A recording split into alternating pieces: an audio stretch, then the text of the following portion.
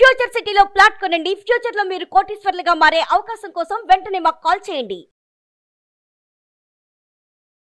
నమస్కారం. కార్తీక పురాణం 9వ రోజు పారాయణలోకి వచ్చాం. అజామిళుడి కథ చెప్పుకుంటున్నాము. విష్ణుదూతలు యమదూతలు అజామిళుడి కోసం సంవాదం అన్నమాట. విష్ణుదూతలు అడిగారు, ఓ యమదూతలారా, మీ ప్రభువు మీతో చెప్పిన మాటలేమిటి? మీ యమదండనికి తగిన వాడెవడు? పాతకములు అనగా ఏమిటి? ఈ విషయాలు సవిస్తరంగా మాకు చెప్పమని విష్ణుదూతలు యమదూతలను అడిగారట. అప్పుడు వాళ్ళు చెప్తున్నారు, యమదూతలు ఏమని చెప్పారో చూడండి. ఓ విష్ణుదూతలారా, సావధానంగా వినండి. సూర్యుడు, చంద్రుడు, అగ్ని, వాయువు, ఆకాశము, గోవులు, సంధ్యలు, పగలు, దిక్కులు, కాలము, ఇవి మనుషుని పాపపుణ్యాలను గురించినటువంటి సాక్షులు. మేము వీరి సాక్ష్యాన్ని విచారించి పాపము చేసిన వాడిని దండిస్తాం. మనం ఆవుని కొట్టిన కసిరినా కూడా ఆవు సాక్ష్యం చెప్తుంది, వీడు ఆవులని దండిస్తాడు అని. అది పచ్చి పాపం. ఆవుని ఏమైనా చేస్తే ఆవు ఖచ్చితంగా సాక్ష్యం చెప్తుందట. చూడండి, మనకి పురాణంలో చెప్పారు. అది ఏదైనా పెట్టాము, ఒక అరటిపండో, ఒక తవుడో, చిట్టో, మన చేతిలో ఉన్న వస్తువు ఏదైనా ఒకటి, ఆవులు తినగలిగేది గడ్డో అందిస్తే గనక వీడు గోసేవ చేసిన వాడు అని మన పుణ్యపు ఖాతాని అక్కడ తెరుస్తుంది. అది యముడి దగ్గర. వేద మార్గాన్ని వదిలి ఇచ్ఛానుసారంగా తిరుగుతూ వేదశాస్త్రములను దూషిస్తూ సాధు బహిష్కృతుడైన వాడిని మేము దండించుదాము. బ్రాహ్మణుని, గురువుని, రోగిని పాదముల చేత కొట్టువాడు, తల్లిదండ్రులతోటి కలహించేవాడు అయిన వాణిని కూడా మేము దండిస్తాము. నిత్యము అబద్ధమాడుచు జంతువుల్ని చంపుచూ కులాచారములను వదిలిన వాణిని కూడా మేము దండింతుము. ఇచ్చిన సొమ్మును తిరిగి తీసుకున్న వాణిని, అంటే ఎవరికైనా దానం చేసి మళ్ళీ వెనక్కి తీసుకుంటే అన్నమాట, వాళ్ళకి ఇచ్చేసాం మళ్ళీ కావాలని తీసుకోకూడదు, పొరపాటున తీసుకున్నా పెద్ద పాపమేనండి. దాని మీద కూడా భాగవతంలో ఒక ప్రత్యేకమైన గాథ ఉంది, సందర్భానుసారం చెప్పుకుందాం మనం. దాంబికుని, దయాశాంతులు లేని వానిని, పాపాత్ములని కూడా మేము దండింతుము. పరుని భార్యతో క్రీడించువానిని, ద్రవ్యము గ్రహించి సాక్ష్యము చెప్పువానిని కూడా మేము దండింతుము. నేను దాతనని చెప్పేవాడిని, అంటే నేను దానాలు చేస్తానండి, నాకు బాగా చిన్నప్పటి నుంచి దానం చేసే అలవాటు, మేము ఎప్పుడూ అన్నదానం చేస్తాం, ఈ వాక్యాలు చెప్పకూడదు. దానం చేస్తే అసలు చెప్పనేకూడదు. మిత్రద్రోహిని, ఉపకారమును మరిచిన వానిని, అపకారము చేయువానిని మేము దండింతుము. వివాహమును చెడగొట్టువానిని, ఇతరుల సంపత్తులను చూసి అసహ్యపడువానిని కూడా మేము దండింతుము. తర్వాత పరుల సంతానాన్ని చూసి దుఃఖించువానిని, కన్యాశుల్కముల చేత జీవించువానిని, వడ్డీ ధనముతో జీవించువానిని కూడా మేము దండింతుము. చెరువును, నూతిని, చిన్న చిన్న కాలువలను నిర్మించు వ్యాపారాన్ని మాన్పించేవాడిని, నిర్మితములైన వాటిని పాడు చేసేవారిని కూడా మేము దండిస్తాం. మోహము చేత మాతాపితరుల శ్రాద్ధమును విడిచిన వానిని, నిత్యకర్మను వదిలిన వానిని కూడా మేము దండింతుము. అంటే తద్దినాలు ఎందుకు, చనిపోయారు, పోయిన వాళ్ళు పోయారు, వాళ్ళకి ఇప్పుడు ఏం చేసినా వాళ్ళకి దక్కేది ఏమీ లేదు అని ఇలాంటి వాక్యాలు మాట్లాడే దౌర్భాగ్యులు చాలామంది ఉంటారండి.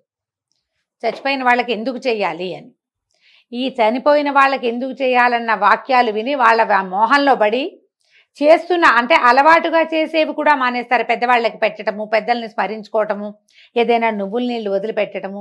మనం చేసుకున్నాం కదా మన పెద్దల రోజులు అని చెప్పి, ఆ రోజుల్లో కూడా క్రియలు చేయకపోయినా చెయ్యటాన్ని చెడగొట్టిన వాళ్ళని కూడా యమదూతలు దండిస్తారు. నిత్యపాక పరిత్యాగిని, పరపాక రతుని, పితృశేషాన్ని భుజించే వానిని మేము దండితుము. పరపాక పరిత్యాగి అంటే ఏంటంటే తాను వండిన అన్నంలో ఇతరులకి ఎంత మాత్రము పెట్టకుండా మొత్తం అంతా తానే తినేవాడు ఒకడు.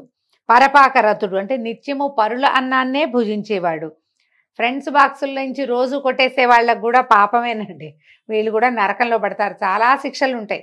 వాడు పెడితే తినచ్చు, తీసుకుని తినకూడదు. ప్రతిరోజు ఎవరిదైనా తింటున్నా కూడా తప్పే. పితృశేషాన్న భోక్త అంటే శార్ధ భోక్తలు భుజించిన తర్వాత తాను శిష్టాన్ని భుజించేవాడు. ఇతరులు దానం చేసే సమయంలో ఇవ్వద్దని చెప్పేవాడు. యాచించిన బ్రాహ్మణునికి ఇవ్వనివాడు. శరణుజొచ్చిన వారిని, చంపు వారిని మేము దండిస్తాము. అంటే శరణుజొచ్చిన వాడు ఎవరైనా, అయ్యా నన్ను రక్షించండి అంటే వాడినే హింసించే వాళ్ళు కొంతమంది ఉంటారు, వాళ్ళని కూడా దండిస్తారట. స్నానమును, సంధ్యావందనమును విడుచువానిని, నిత్యము బ్రాహ్మణ నింద చేసేవాడిని, బ్రాహ్మణ హంతను, అశ్వహంతను, గోహంతను మేము దండింతుము. ఇంతవరకు చెప్పినట్టు పాతకములు చేయి మానవులు మా యమలోకమునందు మా చేత యాతనలను పొందుతారు. ఈ అజామిళుడు బ్రాహ్మణుని వంశంలో జన్మించి దాసీ సంగములోలుడై జన్మ మొదలు జన్మాంతము వరకు పాపములనే చేసినాడు. ఇతనిచే చేయబడిన పాపాలకు మితి లేదు, లెక్క లేదు. ఇటు విప్రాధములు మీ విష్ణులోకానికి ఎట్లా అర్హుడవుతాడు? ఈ ప్రకారంగా పలికినటువంటి యమదూతల మాటలు విని విష్ణుదూతలు చిరునవ్వుతో వికసించిన ముఖపద్మములు కలవారే ఉరుములతో సమానమైన గంభీరమైన ధ్వనితోటి, అంటే మేఘ గంభీర ఘోషలుగా ఉన్నారనమాట. వాళ్ళు మాట్లాడుతుంటే ఉరుగుతున్నట్టుందట. నవ్వుతూ సంతోషంగా ఇలా చెప్పారట, ఎంత ఆశ్చర్యం, మీరు ఇంత మూఢులుగా ఉన్నారు. ధర్మానికి ఒక మర్యాద ఉంది, సావధానంగా వినండి. ధర్మ మర్యాద ఏమిటో మీరు తెలుసుకోవాలి. దుస్సంగమును విడుచువాడు, సత్సంగమును ఆశ్రయించువాడు, నిత్యము బ్రహ్మచింతనమును చేయువాడు యమదండార్హుడు కాదు. స్నాన సంధ్యావందనములు ఆచరించువాడు, జపహోమాదులు ఆచరించువాడు, సర్వభూతములందు దయావంతుడు కూడా యమదండార్హుడు కాడు. సత్యవంతుడు అసూయారహితుడై జపాగ్నిహోత్రములను చేయుచు కర్మలను బ్రహ్మయందు ఉంచినవాడు కూడా యమదండార్హుడు కాదు. అన్నదానమును ఆచరించువాడు, జలదాత, గోదానకర్త, వృషోత్సర్జనం అంటే ఈ మన కార్తీక మాసంలో ఆవుని కాదు ఆంబోతుని అచ్చు వేసి వదిలిపెడతారు. గిట్టదూడలను కూడా వదులుతారు, కోడెల్ని ఇస్తారు కొన్ని దేవస్థానాల్లో. ఆ వృషోత్సర్జనము అలాంటివి చేసిన వాళ్ళకి యమదండన ఉండదట. అయితే ఆ విద్య కోరిన వాడికి విద్యాదానము ఆచరించేవాడు, పరోపకారమందు ఆసక్తి కలవాడు కూడా యమదండార్హుడు కాదు. హరిని పూజించేవాడు, హరినామాన్ని జపించేవాడు, వివాహములను ఉపనయనములను చేయువాడును యమదండార్హుడు కాదు. మార్గమధ్యమునందు మండపములు కట్టించేవాడు, క్రీడాస్థానాలు కట్టించేవాడు, దిక్కులేని శవమునకు మంత్ర సంస్కారము చేయించువాడు యమదండార్హుడు కాదు. నిత్యము సాలగ్రామార్చనం ఆచరించి ఆ తీర్థమును పానము చేయువాడు, దానికి వందనం వనర్చేవాడు, అంటే సాలగ్రామానికి నమస్కారం చేసుకునేవాడికి కూడా యమదండన ఉండదట. తులసి కాష్టమాలికలను మెడయందు అంటే తులసి పూసలు వేసుకుంటారు కదా వాళ్ళకనమాట. ఆ మెడయందు ధరించి హరిని పూజించువాడు, సాలగ్రామాన్ని పూజించేవాడికి కూడా యమదండన కలగదు.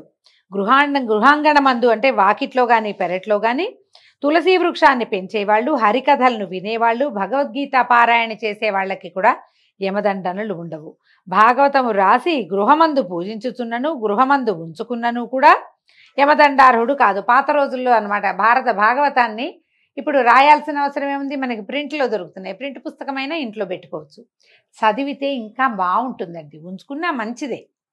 ఒటిగా పుస్తకాలు కొనుక్కొచ్చి ఉంచుకుంటే ఏముంది, పుస్తకగత విద్య కాదది, అది మస్తకగతంగా ఉండాలి ఏదైనా కూడా.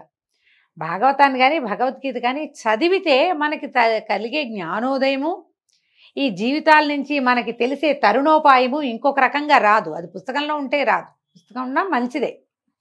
అయితే అప్పుడు రాసుకునే వాళ్ళు అనమాట, అందుకని ఆ వాక్యాలు చెప్తున్నారు. తర్వాత సూర్యుడు మేషతుల మకర సంక్రాంతులందు ఉండగా ప్రాతస్నానం ఆచరించే వాళ్ళకి కూడా యమదండన ఉండదు.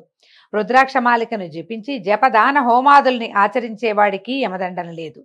ఎప్పుడు అచ్యుత, గోవింద, అనంత, కృష్ణ, నారాయణ, జనార్దన, వాసుదేవ, శ్రీరామ అని హరినామ సంకీర్తనము ఆచరించేవాడికి కూడా యమదండన ఉండదు. కాశీయందు మణికర్ణికా ఘట్టమున హరిస్మరణ చేయుచు మృతిని చెందిన ఎడల వాడు సర్వపాపాలు చేసిన వాడైనను యమదండార్హుడు కాదు. దొంగ, కళ్ళు త్రాగువాడు, మిత్రహంతకుడు, బ్రాహ్మణహంత, గురుభార్య రతికుడు, స్త్రీహంత, రాజహంత, గురుహంత, గోహంత మొదలైన పాపాత్ములు కూడా మరణకాలమందు హరిని స్మరించిన ఎడల పాప విముక్తులు అగుదురు. మహిమను తెలుసుకొని గాని తెలియక గాని హరినామ సంకీర్తన గావించిన వారు పరమ పాపాత్ములైనను ముక్తులగుదురు.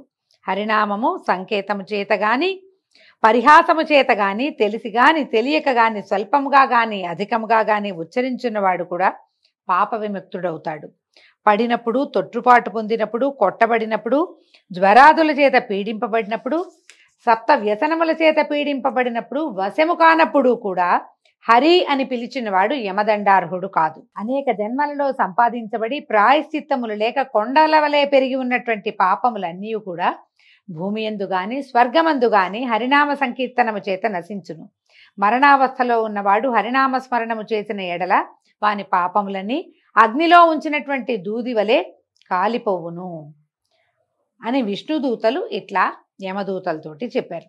ఈ చెప్పిన తర్వాత అజామిళుడిని యమదూతలు పట్టుకున్నారు, అతని దగ్గర నుంచి వాళ్ళ దగ్గర నుంచి లాగేసుకున్నారనమాట.